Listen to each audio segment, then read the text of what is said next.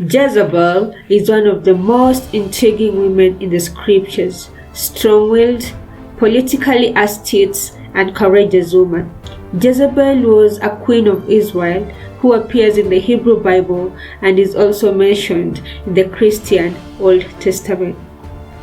We learn in 1 Kings chapter 16 verse 31 that Jezebel was the daughter of Ethbaal, who was the king of the Sidonians. Jezebel's father Ethbaal was politically connected to King Ahab in Israel, which could explain the marriage between the two. She married Ahab, son of Omri, king of Israel. King Ahab, who did more evil in the eyes of the Lord than any king of Israel before him, according to 1 Kings chapter 16 verse 30, married Jezebel, making her the queen over Israel. Their union represents a political alliance, bringing advantage to both nations. It is also an opportunity for Jezebel to foster the spread of her Baal religion with its many gods, ritual sex, and temple prostitutes. 1 Kings chapter 16 verse 30 highlights that Ahab was already sinning against God before they married, but made it worse by violating commands against Israelites marrying foreigners.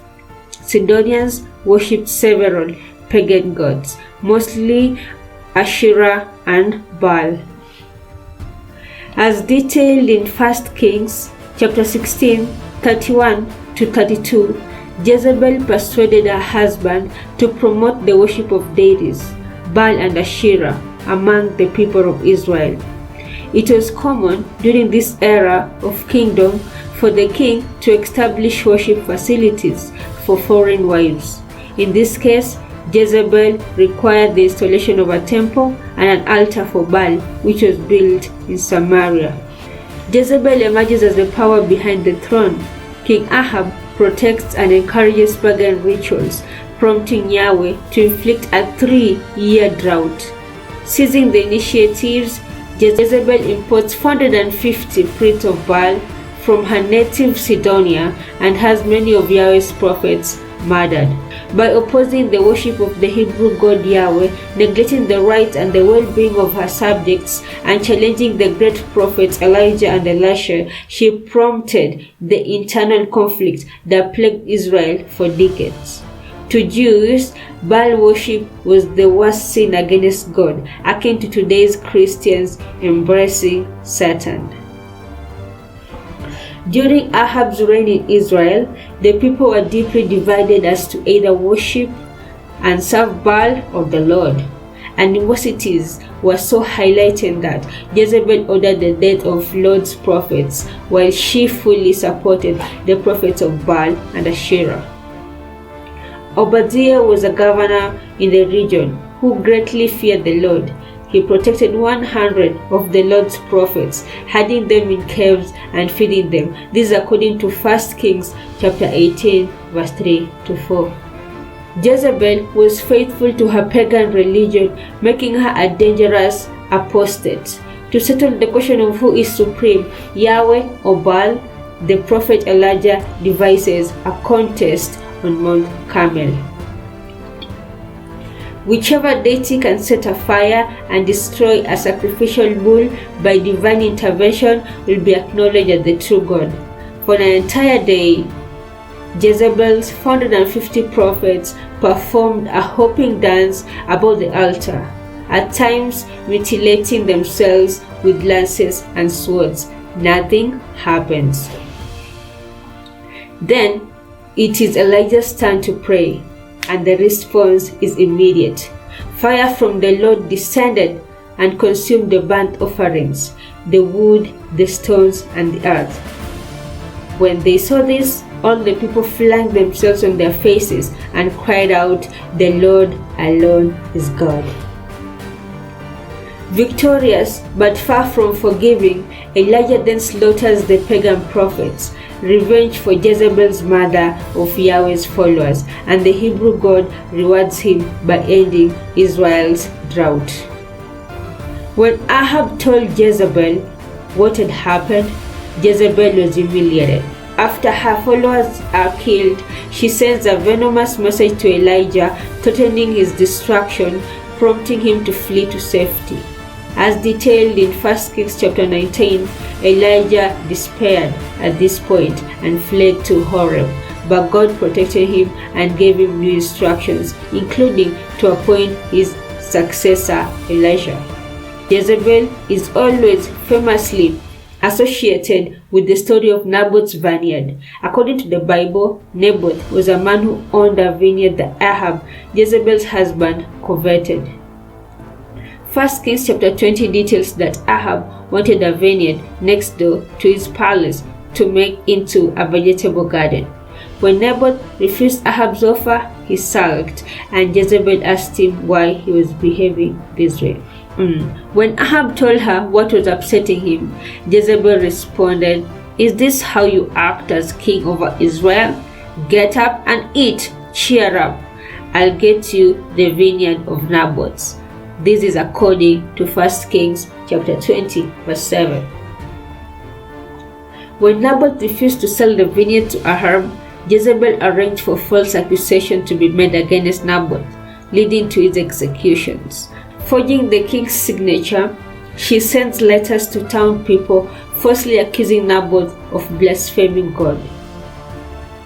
When Naboth is publicly confronted, Jezebel urges the crowd, "Then take him out and stone him to death." Naboth dies, and his property reverts to the royal family.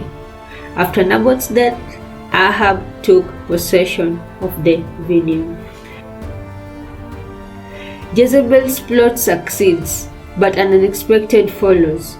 Yahweh summons his prophet Elijah and instructs him to tell King Ahab that he will be punished.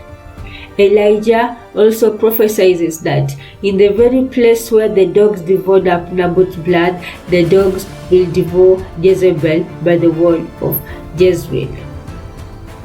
Ahab was still held responsible for his actions, but it appears that often Jezebel was the power behind the throne. Hence, 1 Kings chapter 21 verse 25 states, "There was never anyone like Ahab, who sold himself to do evil in the eyes of the Lord, urged on by Jezebel, his wife." Ahab died while fighting with the Syrians, and Jezebel continued for nearly another 10 years.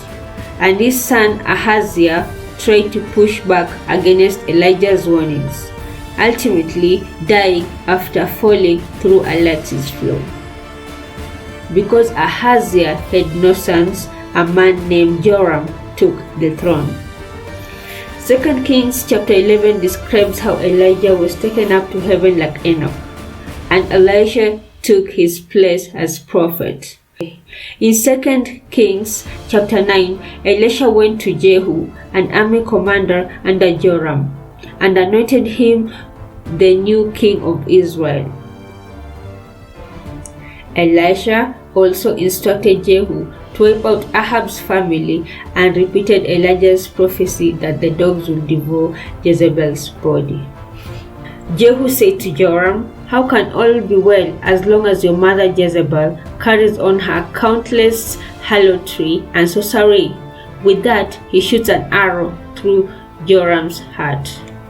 Unaware of her sealed fate, Jezebel calmly and courageously prepares herself for the inevitable. As a blood-soaked Jehu gallops to Jezreel, Jezebel paints her eyes with kohl, dresses her hair, and awaits his arrival in an upper window of the palace. Having killed Jezebel's son Joram, Jehu comes to Jezreel, and Jezebel greeted him with a taunt about how he had killed his master. Jehu saw her, asked who was with her, and told some eunuchs standing next to Jezebel, "Throw her down," according to 2 Kings chapter 9 verse 32 to 33. The eunuchs threw Jezebel out of the window. They threw her down, and her blood spattered on the wall and on the horses, and they trampled her. Then Jehu went inside, ate and drank. He then orders "Attend to that cursed woman and bury her, for she was a king's daughter." And they went to bury her, but they found no more of her than the skull and the feet and the palms of her hand. Much of her body had been eaten by dogs, fulfilling Elijah's prophecy and Elijah's repeat of the prophecy, according to 1 Kings 21-19. "The dogs shall devour the flesh of Jezebel, and the carcass of Jezebel shall be like dung on the ground, so that none will be able to say, 'This was Jezebel.'" There is no scripture evidence that Jezebel was a prostitute or an unfaithful wife, yet the taint of immorality has branded her a wicked woman. Jezebel reappears as a New Testament prophet in Revelation 2:20, encouraging servants to fornicate and eat the animals that had been sacrificed to the gods. Her name afterwards came to be used as a symbol for a wicked woman. Overall, Jezebel is depicted in the Bible as a powerful and influential queen who used her position to promote her own religious beliefs and to persecute those who oppose her. Her actions are often described as wicked and immoral. Jezebel has come to be recognized as a model of the wicked woman, embodying the characteristics of cruelty, greed, shameless womanhood, and vanity. There are other biblical bad girls, such as Potiphar's wife and Samson's wife Delilah. However, Jezebel's reputation elevates her notoriety beyond that of any other woman in the scriptures.